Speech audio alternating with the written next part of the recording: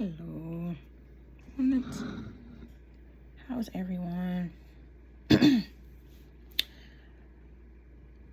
Trying to figure out where to start because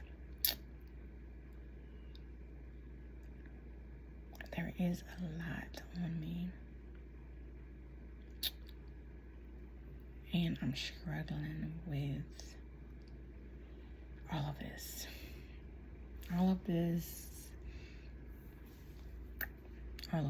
Lord. So I'll come up here just to bear out my heart.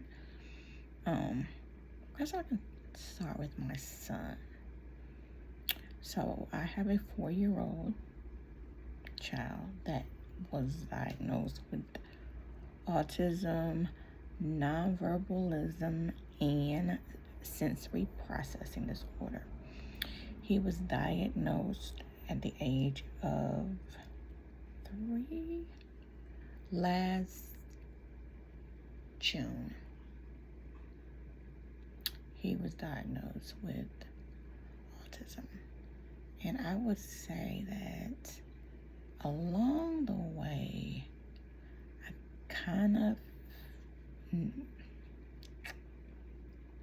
would say it was a struggle to accept that, because if I be transparent, God was showing me like different things.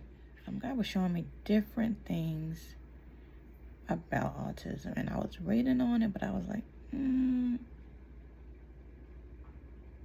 Kyron.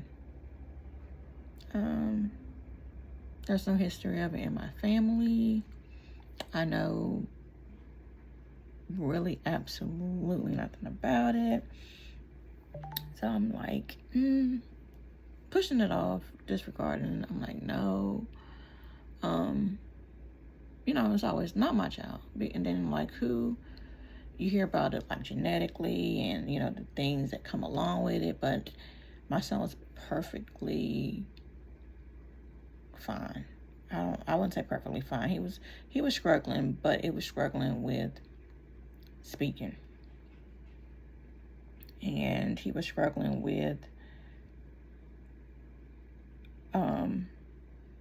being in crowds or being around people. But then I thought it was because I had him during COVID.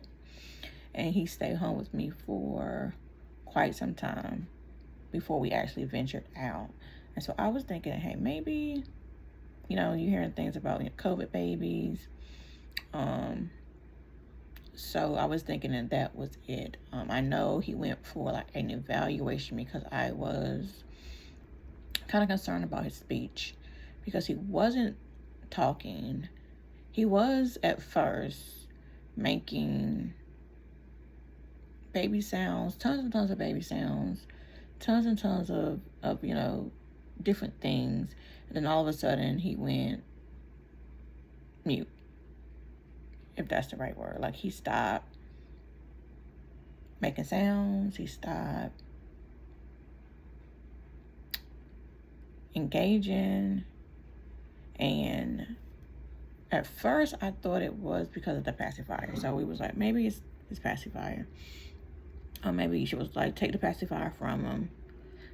And he may talk, I'm moving to it. So he was evaluated to see if he could, get services so he could start pre-K and he can start speech therapy. Occupational therapy, they said he didn't need, but he did start speech. And so we were doing speech online because of COVID. And when we started online, it was still a struggle because it was like me and her engaging, because Kyron wouldn't really sit still. He really wouldn't focus while it was going on. Every once in a while I would bring him in and, she would engage with them. But she would give me, different instructions to do with him, throughout the time. And I wouldn't say it worked, but at some point, he did start kind of engaging. But then it came to a point where we both were concerned, and I started doing like research on sensory, because she brought up sensory to me, and then like the certain things that he was like doing, like how He would climb on top of different stuff. You know, he would like to be up high. You know, very anything, climbing on top of the TV, climbing on top of the TV. I mean, on the table, climbing on anything that would put him up high. And he would sit on top of the chairs. And it would be, sometimes it would be dangerous, sometimes it wouldn't be, but, you know, that's what made her say, like, yeah, he might have sensory. So I started researching sensory processing, and there's really not a diagnosis for sensory. You just have to look for different signs in your child, and then also, you know, autism, nonverbalism, and sensory, 3 different diagnoses altogether. I've never heard of sensory until I started, you know, having to research it for my son. I definitely have heard of nonverbalism, but didn't really know the cause of it, and we still really don't know the cause of it. Why he's not speaking. We thought it was, you know, he had like something was wrong with his hearing, but they checked his hearing. His hearing was A-okay. Especially when he stopped responding to his name. We thought it was hearing, but his ears is perfectly fine. We thought, what else did we think? I don't quite remember the whole spiel, but this was in the process of he started speech and those therapies in like 2022. And his last evaluation was in 2023. And that was the one where it really like knocked me down, because they had labeled him as being mentally disabled. And so he was 3, but he was learning and progressing at the stage of someone that was maybe 18 months old. And he was already 3. And so during the evaluation, I remember getting off the phone, off with them, because I was, you know, about to cry. So I was like, we ended it. I got off the phone with them and I started crying, and I called my mom, and I'm like, it's hard to hear someone label your child as being mentally disabled. And then it sort of kind of felt like, I mean, I know it wasn't done, you know, maliciously, but it was like everybody was just staring one answer after answer after answer, and some of the answers you can't really figure out because he's like 2. And so I'm like, what y'all, you know, are expecting from him and what he's doing, you know, I don't know if it's your standard, but I'm pretty sure every child isn't hitting, you know, those marks. But whatever. I got off the phone with them and I immediately cried, because they say mentally disabled, and they were throwing it around us like it was like nothing. Like your child is, you know, mentally disabled. You know, he's learning at the speed of someone that is almost a year and so behind. So he's progressing, but he's progressing like he is. So he's 4 now, and so mentally they would say he's 2. And that was hard, because as a parent, you're like, I know I didn't do anything wrong during my pregnancy. I know I didn't do anything wrong after I had him. I gave him, you know, breast milk. I was eating like I was supposed to. I was going to all my doctor's appointments. I was not on any drugs. I was taking all the vitamins. I was only, you know, doing everything that the doctors, you know, wanted me to do. You know, I know a couple times during my pregnancy, because I had went into premature labor, they had given me something to make Kyron kind of fully develop, just in case I had him, he would be able to function. I think it was like at 34 weeks. They gave me 2 shots just in case I had him that night, so that he would be able to survive. It was either 30, I'm not sure, I don't want to lie, but it was either 34 or 32 weeks. I was in a hospital, scared, because I had went into premature labor. They couldn't really stop my contractions. So they went ahead and they gave me something to develop, where he can be developed just in case he came that night. By the grace of God, he didn't, but they had already put the doses of the medicine in me. I can't remember what it was, but it was 2 rounds that they gave me through my IV, so that he would be able to live if he came out, because his lungs and stuff wasn't fully developed. So they gave him something to, I don't want to say rush it, but to, I guess, maybe progress the development, and I was for it, because, hey, if my son came out, I wanted him to live, because quite honestly, if I go all the way back, I was diagnosed with endometriosis a couple years after I had Dion in 2005. We were told at that time I wouldn't be able to have a baby because they took out my right fallopian tube because it was blocked. They said I had a unicornic uterus, which is a very, very small uterus, and the chances of you getting pregnant are slim to none, along with the endometriosis. All of it is slim to none. So for me, I knew that he had to be a miracle baby, because just what we went, so my son was 15 when we had Kyron. And within those years we tried, I went and I would get, I got checked, make sure that I could have it. And I was told that I couldn't have a child because of my endometriosis and the way my uterus was formed, and then the block fallopian tube. We took out the block fallopian tube. So now I only have a left fallopian tube, not a right fallopian tube. I kept, recurrences. And so I had a surgery where they removed the endometriosis, they removed the blocked fallopian tube. I may be rambling.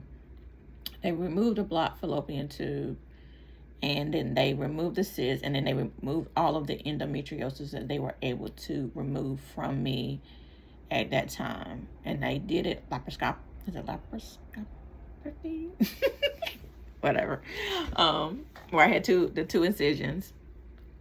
I was out for quite some time. So I know when I had that surgery, the chances of me getting pregnant was even reduced to lower percentage than what it was. But I was in so much pain from the cyst and the endometriosis that it was like, and I wasn't saved. I just did it because I wanted peace on my side. Me and Dion weren't married, but he understood that he's seen the pain that I was in. I would be in pain for so many days where I couldn't hardly walk. I couldn't hardly move out of the bed because of the crippling pain that it has on you. The week before your menstruation, the week during, and the week after. So it would be like a 3-week process of just pain on top of pain with no relief. Tylenol, ibuprofen, I would be taking every 2 or 3 hours, one after another. That wouldn't help. They would just take the edge off, but it became too much. Like I would get heartburn. It would mess my stomach up. So we took those steps, and I had the surgery. And so now, like I said, I only have my left fallopian tube. And so the chances of me getting pregnant were, I even forgot what they said, but I know it was slim to none. So I got back on. So the endometriosis came back, and the cysts kept recurring and recurring. I didn't want to have another surgery, so I got on some type of birth control that was to help with my endometriosis and to help with it's either my progesterone levels or my One of them. I'll have low, one of them when you have endometriosis, you have low, I think, progesterone levels. And so that was helping keeping those levels steady, because they wanted to put me into early menopause. And I told them no, because we don't know the effects of a 30-some-year-old woman getting put into early menopause. So I said no. And so I got on that. That was around 2009, the same year I got married. So we get married in July. I found out I was pregnant in September. And when I found out I was pregnant in September, I was already 2 months pregnant, going on 2 months pregnant. It was either September or October when I found out I was pregnant. But I honestly did. So this is a hard one too, because when I got pregnant, it was like I know I was sick. I was sick for weeks, and I thought it was my acid reflux, because typically I have bad acid reflux. So when it gets bad, I have to go to the doctor and I get medicine. And so I thought it was that. And so I had made me an appointment to go to the doctor to get that checked. And in the meantime, I was talking to one of my friends named Andretta. You know, she's a nutritionist. And I was asking her stuff about my stomach and things that she could recommend. And she said out of the blue, "Child, I think you're pregnant." And I was like, I don't think so. I was like, I've been told that I wasn't able to have a baby, but she was, persistent. So I said, I went and I bought maybe 2 or 3 pregnancy tests, and I took all 3. I didn't even think that they would even come out positive, but they did. I took 3 and all 3 were positive. I was beyond surprised, because first of all, I hadn't had a menstruation in months. I don't even remember when I had my last menstruation to say, so we couldn't really even pinpoint when I got pregnant, because the doctor didn't, believe me. Because when I called to get an appointment from her to check me, they wouldn't even check me. They was like, you got to be too soon or too early, because of, I forgot what they were saying, but whatever they were saying, they wanted me to wait and wait and wait, because of I couldn't give them my last menstruation. So it was like they kind of sort of didn't believe me. So I had to go through my actual physician, my physician's office, for them to do a pregnancy test on me, to send to my OBGYN to let them know that I was indeed pregnant. And then when she sent it over to them, they still wanted me to wait because of them getting it bad. They wanted me to wait to even come to be seen. And I was like, no. I know that I'm not crazy, and I know that I'm not 2 or 3 weeks pregnant. I went to my first appointment, and I was already either 3 months pregnant or going on my 3rd month pregnancy by the way that they measured me. And they couldn't believe it. I couldn't believe it either. I was asking them, do we know what happened? Do we know how this happened? Because like I said again, I only have my left fallopian tube, but I was on birth control, and I hadn't had a period in months and months and months. So I got pregnant in July while we were on our honeymoon. And that's why I said Kyron is honestly my miracle baby, because like nobody knows to this day, how it even happened. Because after years and years of trying and it didn't happen, for me to have a surgery and me only to have one fallopian tube, and the chances of that happening is wild. But he was here, and I knew that it had to be the work of God. Like, who else could do that but God? I wasn't, I wasn't completely what I would call saved. I would say I was a lukewarm Christian, right? Like, I was going to church on Sunday, praising the Lord on Sunday, but then on the rest of the week, I wasn't really even picking up my Bible. I wasn't reading. I wasn't even listening to anything. But then, living in the world. But then Sunday come again, I go to church. So I was living lukewarm. So I can't even say that I was living for Christ. But then I wasn't. But I knew without a shadow of a doubt that was God. That God had placed Kyron in me and with me for a purpose and a reason, because of how things happened. And I was 36 when I got pregnant with Kyron. Came out a healthy baby, no issues, no problem. Every appointment he was weighing right. He crawled so early, so early. He walked before he was 1. He was doing everything, flipping over early. Everything was like on track. Babying, saying baby words, talking, and then everything just stopped. When I noticed it, but then I'm like, I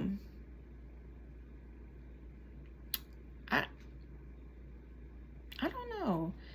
That part is kind of hard, because I was putting a lot of guilt on myself, because I was seeing children that were talking. I was seeing children that were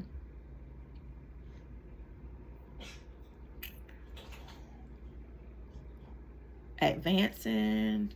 I still get a little emotional. I was seeing kids that were doing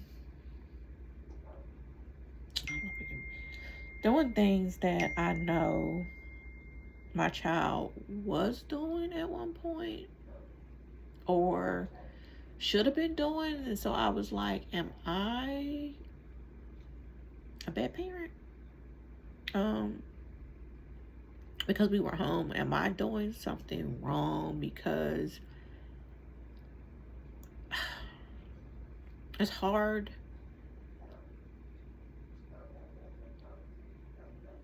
It's hard to see. It's hard to see things in other kids that that you want seen in your child, but you no longer see. So you try to figure out, for months I was like, what is happening? And so I doing extra things and still nothing was happening. I was spending so much extra time with them, because I had Dion, and I know I wasn't. I know I raised Kyron. I was younger with Dion, but still Dion changed my whole life. But I know with Kyron, I was older, I was more mature, and I wanted him, so I knew I was going to do everything I could do to make sure he had a good life. And so when I started seeing all of this stuff, it was very, very hard for me. He started having like meltdowns, and a meltdown would be where he would cry, and he would cry for sometimes 10, 15, 20, 30 minutes, and we could not, I'm crying, and I gotta get myself together, and we couldn't figure out like why he was crying, what to do to soothe him, because it was all new. So I say meltdown started first, and it started with crying and fighting, and like I said, they would last so long. The crying spells would. And when he would do them, I knew at one point I knew he couldn't control them, because even when he wanted to stop, he couldn't stop himself. He would do the things that he that I could do to try to soothe him, like rub his arms, rub his back, talk to him. Sometimes he would let you touch him, sometimes he wouldn't. So we would just have to wait.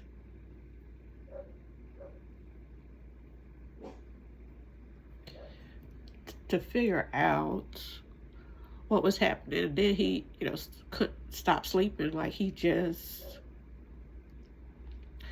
stopped sleeping at night, so he would be up like all times of the night, where he wouldn't be able to calm down. And then he would have the same spells where he would crank up and he would cry and he would cry and he would cry. And we would have to take him in the car, drive him around 2, 3 o'clock in the morning for him to calm down to sleep. And this would go on for days and days. And so when, Lord forgive me, Lord, not forgive me, but y'all bear with me. All right, let's try this again. Okay, so what I was saying is that, like, majority of the nights he wouldn't sleep. I wouldn't sleep. He would go to sleep possibly around 3-ish o'clock, and then he would have to wake up for school. And when he woke up to go to school, I already knew that he wouldn't have a good day. So I started him in preschool that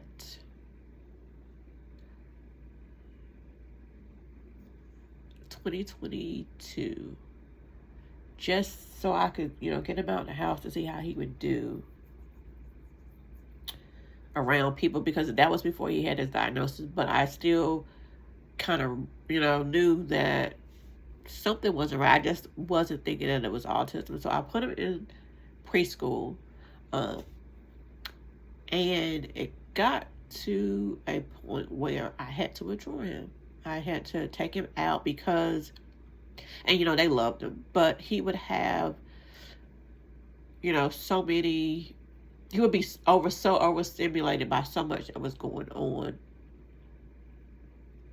in the circumstances that he was in, that, one teacher would have to work with him all day long, and she wouldn't be able to tend to other students because she would have to be with Kyron, because he would be either so overstimulated, and then he would have these meltdowns when he would become overstimulated, that she would have to take him and separate him from the other kids.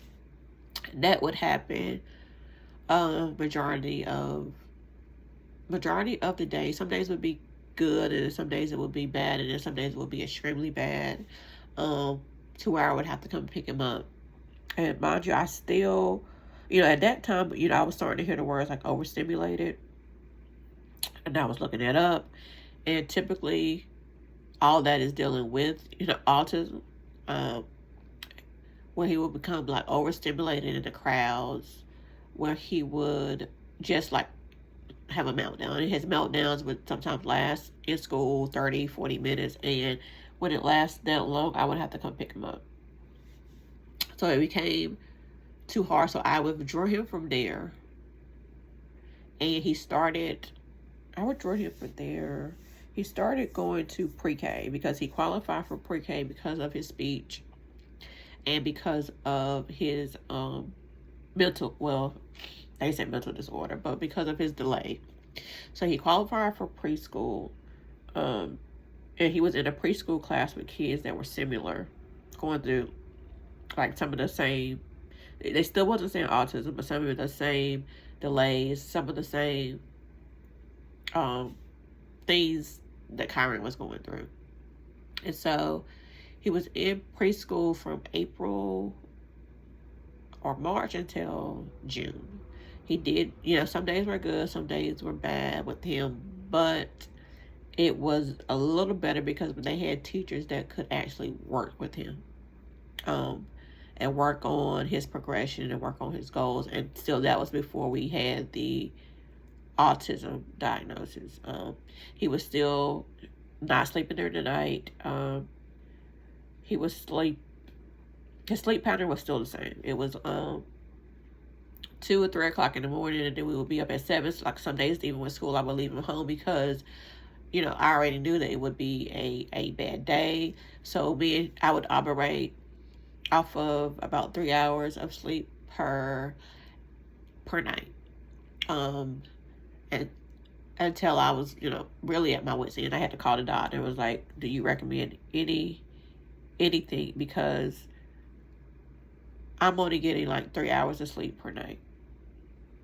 Because Kyron isn't sleeping. And, it would be so crazy because his body would not settle down. Like, he would have to move, and he would have to move all night. It would be like his arm moving. He would be flipping. He would turn, upside down. He would be just doing anything, and his body would not go into a rest mode until he was literally wore out. And then sometimes it would be when the sun come up, he would be falling asleep. And this even happened after, autism diagnosis. It happened first couple, maybe 6 first months of him starting ABA therapy. It still was start. So she told me to give him melatonin. So I started with the melatonin. And at first it helped. No, at first it didn't help, so I stopped. So when we first started giving it to him, he would fall asleep, but then he would wake up in a panic. And he would wake up and he would be crying and crying and crying, and he couldn't soothe himself, and we couldn't soothe himself. And those would be where we would have to do some more car rides, where we have to ride him in a car until he, calmed down and he fell asleep. So I stopped giving him them, and those would be the ones that he wouldn't be able to control, like the meltdowns, where even if he wanted to stop crying, he couldn't stop crying. And those were the ones that would like tear me up inside, because if you look into his eyes, you can see that I don't want to cry again, that he wasn't,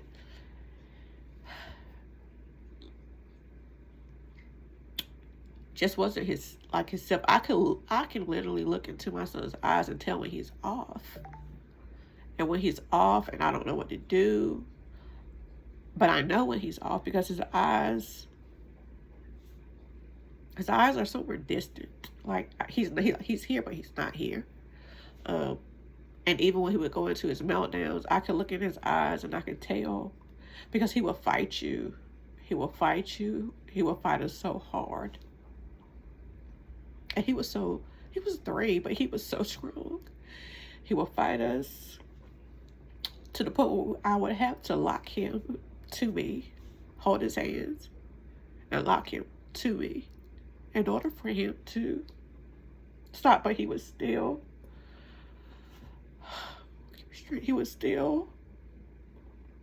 fight until he would wear himself out, and then he would finally calm down. And he would have these spurts where he would be so angry and his eyes would be filled with so much. So I can't finish today because I'm just like crying way too hard. My nose is stopped up because I didn't realize that this like trauma was still like kind of new, even though it's not new. But this is like my first time telling like the effects and the pain that it had caused me to see your son in a way that you aren't. Like, there's really nothing that you can't do to calm him. And sometimes he would get so angry at me that it's almost like I see like a demon in him that would like raw at me at times, because he would just like come at me, and then I know it wasn't him because he couldn't stop it.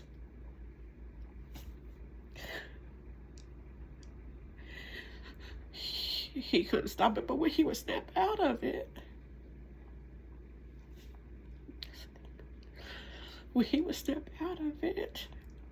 he would be a whole different person. I would see something totally different in his eyes.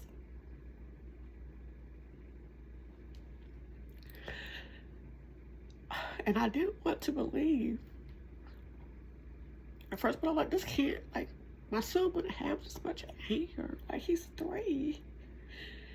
I would literally see something like snapping, just like it would be. I would tell you, it would be only for me. It wouldn't be for his dad. It would be for me. It was like that anger was to me, and I didn't never tell anybody this, but I swore it was a demon, and so I started praying and praying.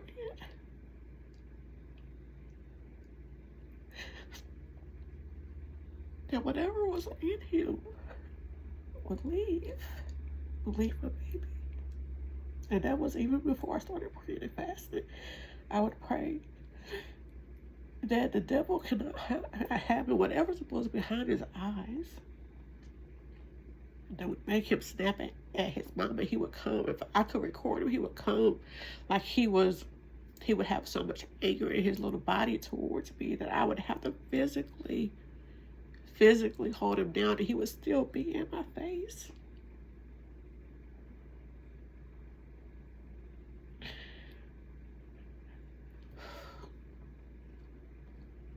He would still be in my face making those noises until he would calm down, and I would literally have to hold him tight until he stopped holding his hands down, until he stopped.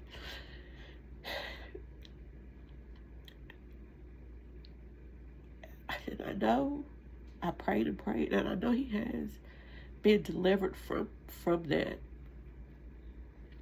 Whatever that particular thing was, I know people don't believe me, but it was like, this is God telling me this now. I didn't even want to believe it, but I knew it. I could see it in his eyes, the way that he would snap, the way that he would come at me. But then when he would calm down, it would be like he would, want to love me, want to hug me, want to touch me. So I prayed. My mom was praying. I was praying that whatever was on him in that particular time, I don't know, he's not cured, but whatever was behind that part, that anger, then it would have to leave him. And I prayed, and I prayed. And eventually those anger things like went down, all the way down.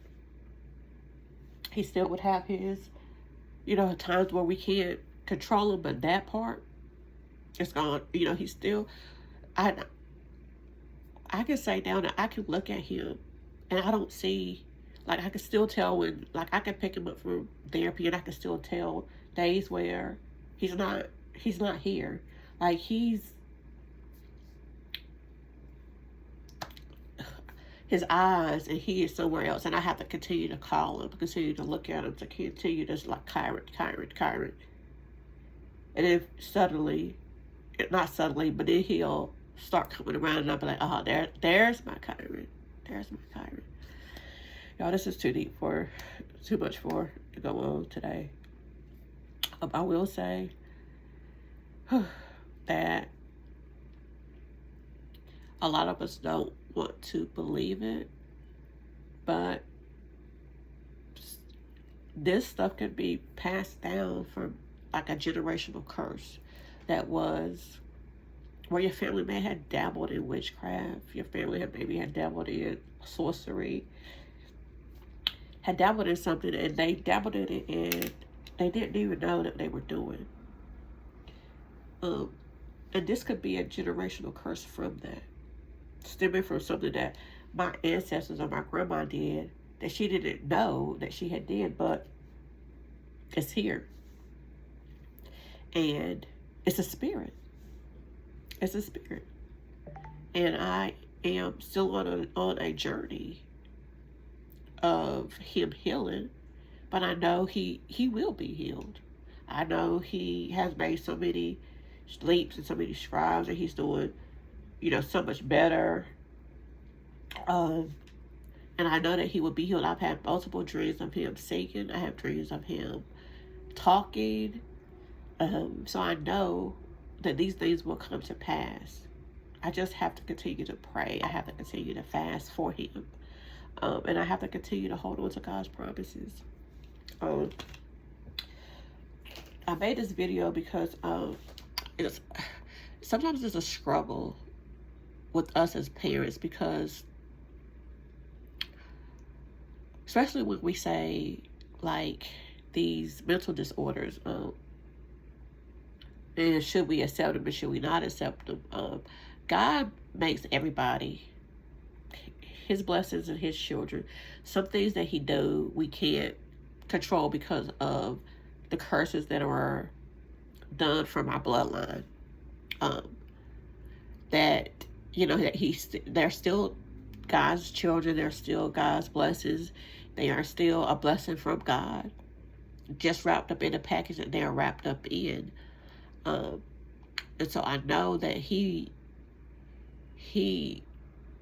will be delivered. I know he will be healed. I know that he will talk. I know he will have a great and successful life.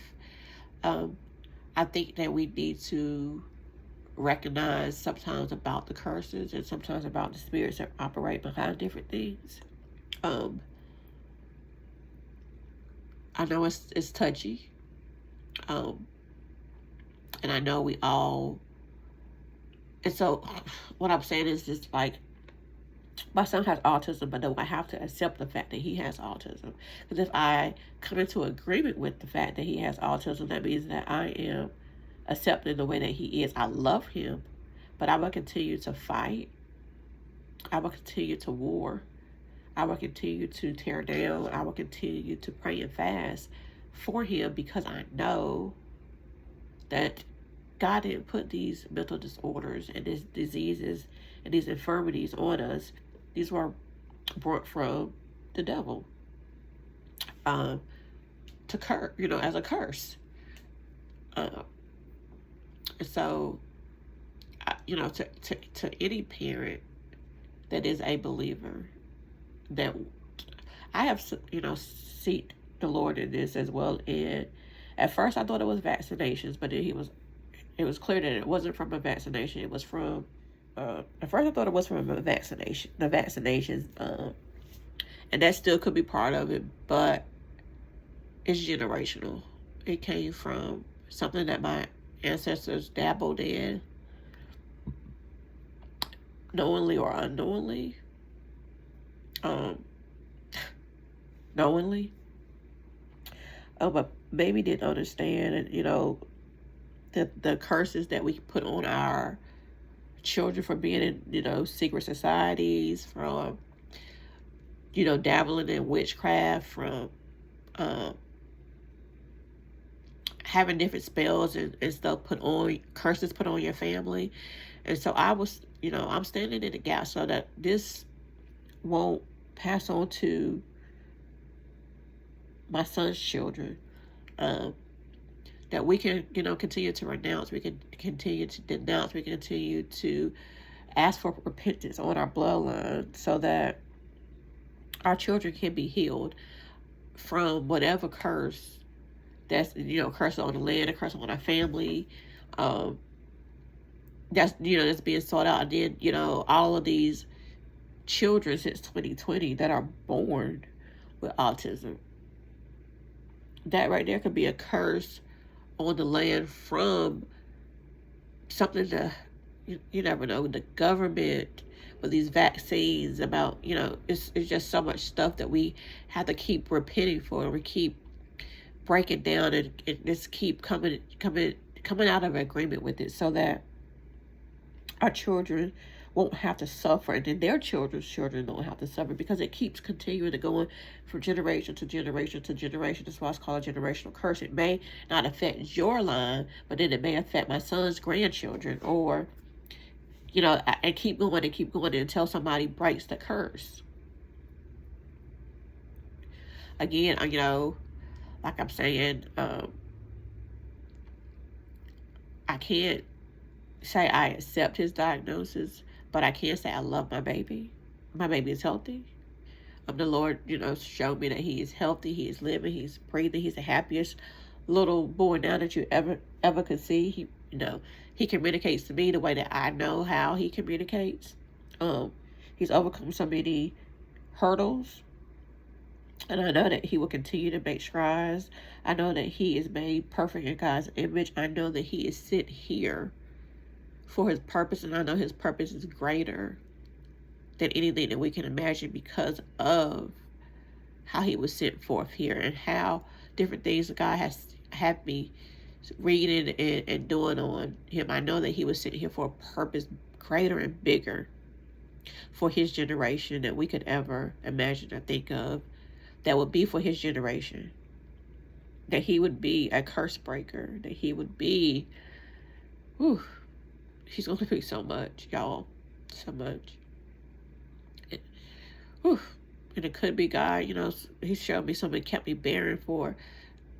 Everything is strategic, y'all. Everything is strategic. Everything works according to God's plans and his will. He always has a bigger picture, a bigger plan in mind, that, you know, maybe I wasn't able to get pregnant until 2020, so that for this, God knew that there would be a generation where autism would be running rapid within our children, within our neighbors, within the body, and that somebody would have to be born. Father God, shut the window down. My God, my God. Whew. Someone would have to be born to set the captives free for his generation and the generation to come. Father God. Ooh, you stirred my spirit. Jesus, Jesus, Jesus. Ooh, Father God. I'm going. Y'all be blessed. It's probably gonna be a part 2, because I got so emotional on it, but I know, whew, Father God, I thank you. I thank you. I thank you. I thank you. Whew, I thank you. I thank you. Thank you. I thank you. I thank you. Oh, I thank you. I thank you. Oh, thank you. Thank you. Oh, thank you. Thank you. Thank you. Thank you. Ah.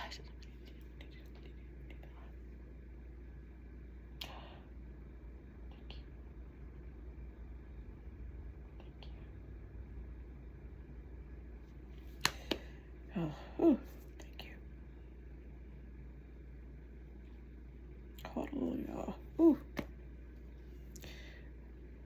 All parents, hold on, hold on, hold on, hold on. There's always a brighter side. We're still going through it, but every day gets better. He still has bad days, but I know that his good days outweigh his bad days. He still has nights where he don't sleep. He has nights where his